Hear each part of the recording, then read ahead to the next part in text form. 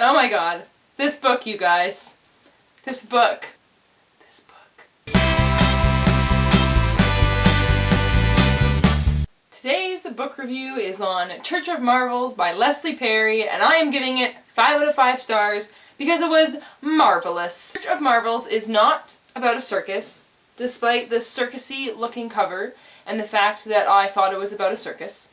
So get that out of your head if you wanted this to read a circus book. It is not a circus book, but it is worth reading anyway because it's amazing. The story takes place in 1890 or 1895, I think, and it follows 3 different characters. It follows, I'm gonna butcher this, Odile? Odile?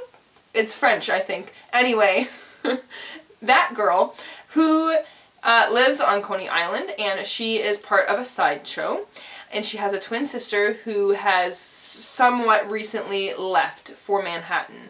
She has only heard from her sister once, with 1 letter, and the letter kind of makes her worried, so she leaves the sideshow to try and find her sister in Manhattan. The second character is Alfie, who has just been put into a mental institution, and it's like the late 1800s, so, you know, it's not the greatest place to be. Not that I think, like, psychiatric facilities are probably the greatest places to be anyway, but in the 1800s, you know, they're definitely not well cared for, and she is just all, I'm not supposed to be here, and you're like, is she? Is she supposed to be there? Or is she actually not supposed to be there?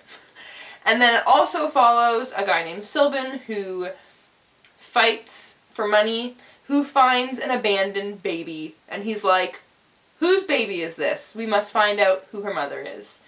And it follows those 3 characters. Each character gets their own chapter, and it goes back and forth.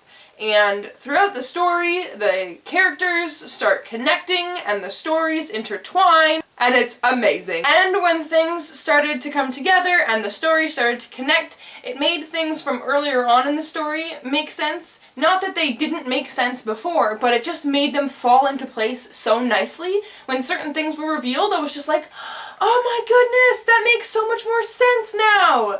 Like, I thought it made sense, but now it really makes sense. And there's one thing that I really admired about the story, but it's one of the twists, so I can't tell you what it is. But I really liked it, especially, I can't tell you.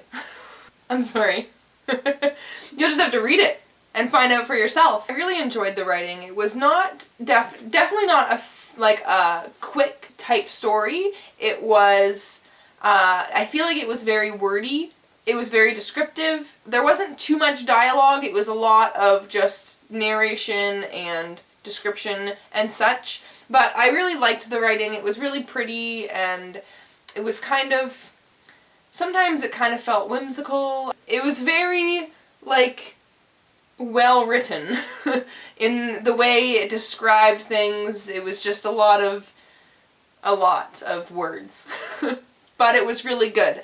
The first third of the story, maybe, I wasn't in love with it. I definitely enjoyed it. I was definitely enjoying the writing and the characters and wondering where the story was going to go, but once things started connecting, it got, like, absolutely insanely amazing.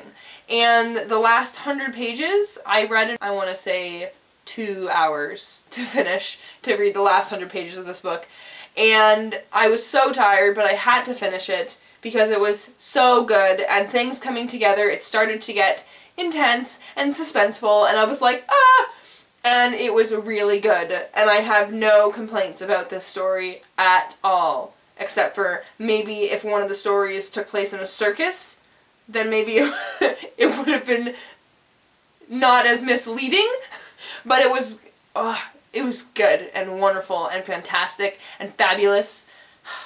It was really good. You should just read it because it was good, and read it, please, because it's amazing. If you click on this video right here, it will take you to my free website so that you can read my book, New Aura, for free. I'm posting 3 chapters every week, and you can sign up for my mailing list so that as soon as the next 3 chapters are posted, you will be notified.